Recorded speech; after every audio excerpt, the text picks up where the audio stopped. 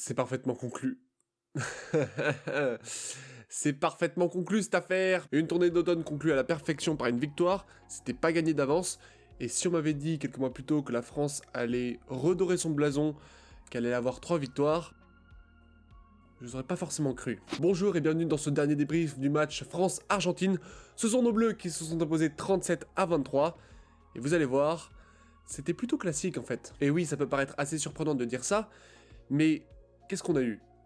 Bah, un jeu de dépossession de la part de nos bleus, ça on l'avait vu contre la Nouvelle-Zélande, on l'avait vu contre le Japon. La France tourne en moyenne, et je vais vous dire ça tout de suite, à 43% de possession sur ces 3 derniers matchs. Elle se base sur une très grosse défense. En moyenne par match, les bleus tentent 200 plaquages, ce qui est énorme au niveau international, et on a toujours 85% d'efficacité.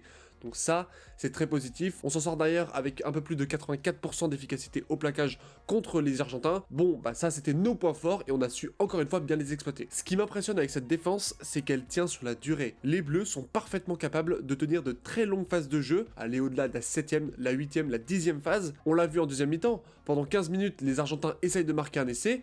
Finalement, ils y arrivent, mais il faut 15 minutes. Et puis en fin de seconde période, là aussi, ils tentent pendant 11 minutes de marquer un essai. Donc au total, ça veut dire 14 points, et il faut plus de 25 minutes. Non seulement la défense est très bonne, mais surtout les Bleus ont cette capacité à sanctionner tout de suite dès que l'adversaire fait une erreur. Le meilleur exemple qu'on a, c'est à la 57ème minute, quand Olivan réussit 2 fois de suite à faire des contres sur le numéro 9 argentin, et puis après, on joue rapidement, on arrive sur Bilbiaré, et puis après, on connaît les talents de l'ailier bordelais. Voilà, il a montré déjà au cours de toute la tournée d'automne qu'il avait de quoi être un très grand du 15 de France, et son coup de pied rasant est parfait, le rebond est avec lui, et comme ça met les Argentins dans le vent, et ça leur fait surtout mal à la tête. C'est très dur moralement de se dire qu'on a passé 15 minutes chez l'adversaire pour marquer seulement un essai, quand au final, il faut qu'une action pour les Bleus pour répondre. Autre exemple en première mi-temps, à la 32e minute, il y a seulement 13-9 pour la France. En 8 minutes, on a marqué 17 points. Et j'ai une statistique assez intéressante qui montre l'ultra-efficacité de nos bleus. Au cours de cette tournée d'automne, on a marqué en moyenne 5 essais par match. On en encaisse 2. On a en moyenne 16 minutes d'attaque. Les adversaires en ont toujours 5 à 6 de plus que nous. Ça veut dire que toutes les 3 minutes 40 secondes, les bleus marquent un essai dès qu'ils attaquent. Pour nos adversaires, c'est 1 minute 30 de plus. À mon sens, c'est hyper impressionnant. J'ai l'impression que les bleus sont comme une digue dans laquelle les différentes vagues d'attaque viennent se briser, et pourtant, ça ne franchit pas, ça ne passe pas, et les bleus restent trop forts par rapport à leurs adversaires. Je suis aussi assez impressionné par la discipline de nos Français.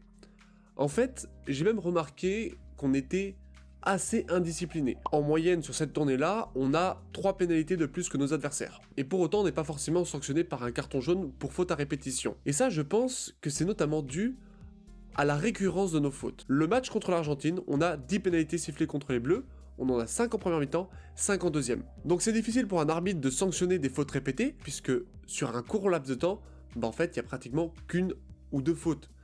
Et ça mérite pas forcément un carton jaune. On a une équipe qui est très intelligente. Elle joue parfaitement avec la règle. On fait des fautes, oui. On en fait plus que l'adversaire, oui. Mais pour autant, c'est pas forcément du jeu déloyal. Contrairement aux Argentins qui, eux, prennent 2 cartons jaunes. Et qui sont pour le coup assez logiques. Mais ça, j'y reviendrai un peu plus tard. Ce qui peut être assez frustrant pour nos spectateurs, c'est que l'équipe de France n'est pas une équipe qui va porter le ballon très longtemps, qui va jouer énormément à la balle, on fait souvent beaucoup moins de passes que nos adversaires, mais on est cette équipe qui, sur une action, peut complètement renverser le match. Et ça c'est assez fort, surtout quand on sait qu'habituellement, c'est l'équipe qui en défense va être plus souvent pénalisée. C'est d'ailleurs pour ça qu'on a majoritairement des fautes en défense plutôt qu'en attaque. La France a conclu sa tournée d'automne en marquant en moyenne 40 points contre ses adversaires. Alors oui, il y a le Japon, mais il y a aussi la Nouvelle-Zélande et l'Argentine. Et pour les 2 derniers, on atteint la barre symbolique de 30 points. Ce qui n'est pas le cas de toutes les équipes européennes. L'Irlande, qui accueillait l'Argentine une semaine plus tôt, a marqué que 22 points. Et pour autant, les Argentins nous ont quand même posé quelques problèmes. Je pense notamment au duel aérien. On le sait, c'est une faiblesse du 15 de France, on est mauvais sous les ballons. Et sur les 25 premières minutes du match, on a 5 chandelles et les Argentins vont en gagner 3. Ou en tout cas, la conséquence de l'action, c'est qu'ils vont récupérer la possession. Et même s'ils ne récupèrent pas le ballon, en fait, c'est toujours du terrain gagné, donc ils avancent. Alors ça, je l'ai majoritairement vu en première mi-temps, c'est d'ailleurs à ce moment-là où les Argentins sont dans le match, clairement, et c'est dommage pour eux qu'ils n'aient pas utilisé ce point fort, en tout cas de leur côté, ce point faible pour nous, barre en deuxième mi-temps. Et puis les Argentins étaient plutôt malins, ils ont été filous, en mêlée notamment quand on voit qu'à la 7ème minute, on a Boudéan qui craque un peu et dont on a la pénalité retournée. Ça, c'est clairement évitable, mais c'est le jeu des Argentins et on les connaît sur leur chambrage. D'ailleurs, si on regarde bien la vidéo, c'est quand même Matera qui vient pousser Boudéan en premier. Ça, on a quand même oublié de le préciser. Plus sérieusement, ils m'ont aussi impressionné en mêlée, notamment dès la 50e minute, quand on a le changement, nous, de notre côté, en première ligne. On a vu Colombe se faire sanctionner plusieurs fois et presque exploser en mêlée. Je pense qu'il y a du travail à faire là-dessus de son côté. Mais ça, à mon avis, si nous on l'a vu, franchement, le staff le connaît parfaitement bien. Donc ça va être travaillé par la suite. Et puis les Argentins ont quand même été plutôt bons sur toutes les relances. Ils voulaient jouer tous les ballons. Ils avaient une énergie à la fin où j'étais là aussi franchement impressionné. Quand là aussi c'était Colombe, mais c'est pas une fixette sur ce joueur. Mais quand on le voit revenir sur le renvoi des Bleus à partir du deuxième essai des Argentins en deuxième période, je me suis dit que là ça allait être compliqué. Finalement, ça s'est quand même bien passé à la fin puisqu'il fait une percée. Donc on s'en sort. Tout le monde était quand même un peu oxy. Ce qui pose problème quand même pour les Argentins, bah c'est leur indiscipline. Et on sait qu'au niveau international, même si sur ce match j'ai pas ressenti l'infériorité numérique, le fait d'être 20 minutes à 14, ça joue. Et quand les Argentins sont en infériorité, ils prennent quand même 2 essais, ou en tout cas il y a l'essai de pénalité, un essai derrière, une pénalité. Donc ils prennent beaucoup de points quand même. Et ça me permet d'arriver sur les situations avec des décisions arbitrales, parce que c'est intéressant, et on est là pour comprendre un petit peu ce qui s'est passé. Première situation, et c'est au début du match, quand Jean-Baptiste Gros est blessé, on voit un déblayage qui est complètement illicite. Et ça c'est le cas d'un jeu dangereux dans un ruck. La règle nous dit spécifiquement, un joueur ne doit pas laisser tomber tout son corps sur un adversaire ou cibler les membres inférieurs d'un adversaire. Le carton est tout à fait cohérent, ça aurait pu même être un carton rouge, c'est pour ça que le carton jaune était bunké. La décision arbitrale de mettre jaune est assez correct. Nous, on est déçus en tant que Français parce qu'on n'a plus Jean-Baptiste Gros qui faisait une tournée à ce moment-là exceptionnelle. Après, la décision s'entend. Là, c'était un déblayage. Il a tendance plus à tirer sur l'articulation plutôt qu'à s'écrouler dessus. Donc, ça pourrait expliquer le carton jaune. Autre situation qui a valu un carton jaune pour les Argentins. Au moment où Thomas Ramos tape par-dessus, Bilbiaré est à la course, toujours lui. On se dit que le rebond va être favorable, qu'il va y avoir essai. Et puis non. Finalement, l'Argentin a tapé, c'était le numéro 7 de mémoire en tout cas, qui projette le ballon avec un mouvement de l'arrière vers l'avant. Donc le ballon est censé aller vers l'avant, même s'il continue sa trajectoire vers le camp argentin. Par contre, il termine en touche. De mon point de vue, on n'est pas sur une situation d'en avant. Certes, il y a la volonté du joueur argentin de taper avec intention sur le ballon et de le projeter vers l'avant, mais en fait, c'est comme si celui-ci lui faisait une petite claquette et que le ballon tombait en arrière. Par contre, on revient du coup à la règle numéro 9 et le jeu déloyal, à savoir, un joueur ne doit pas frapper intentionnellement, placer, pousser ou lancer le ballon avec le bras ou la main hors de l'aire de jeu. Et c'est ce cas-là qui est appliqué.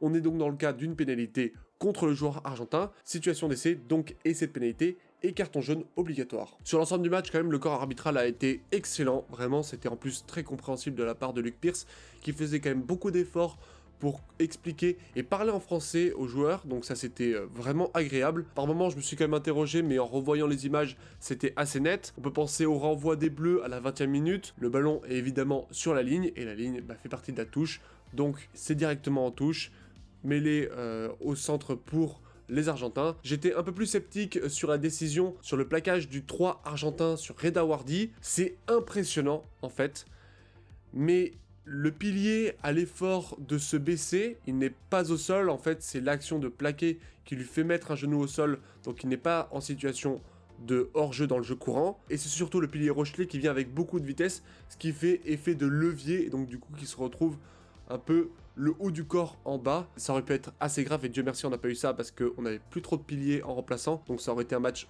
complètement différent. La décision arbitrale s'entend et il faut la respecter. Là où j'étais un peu plus surpris par Luc Pierce, c'est qu'on a eu la matérialisation des directives de World Rugby de vouloir jouer rapidement tous les ballons. On a eu l'arbitre de champ qui faisait des gestes, qui demandait aux joueurs de jouer rapidement, let's go, qui demandait à Antoine Dupont de dégager rapidement le ballon, il faisait le décompte de 3, 2, 1. Alors au début je trouvais ça assez drôle puisque c'était la première fois que j'entendais ça. Après sur le long terme, si tous les arbitres internationaux commencent à dire aux joueurs de se dépêcher, de dire let's go, let's go, let's go, de manière assez répétitive, et là je pense que c'était presque excessif de la part de l'arbitre anglais, bah ça peut devenir gênant pour le spectateur, Et ça, j'espère que ce sera pas le cas. Après à voir ce que vous en pensez vous de votre côté. Faut quand même se dire qu'on a la chance d'avoir des arbitres internationaux aujourd'hui parfaitement bien formés. On se rend pas bien compte, mais le rugby est un sport avec quand même beaucoup de règles, beaucoup de spécificités.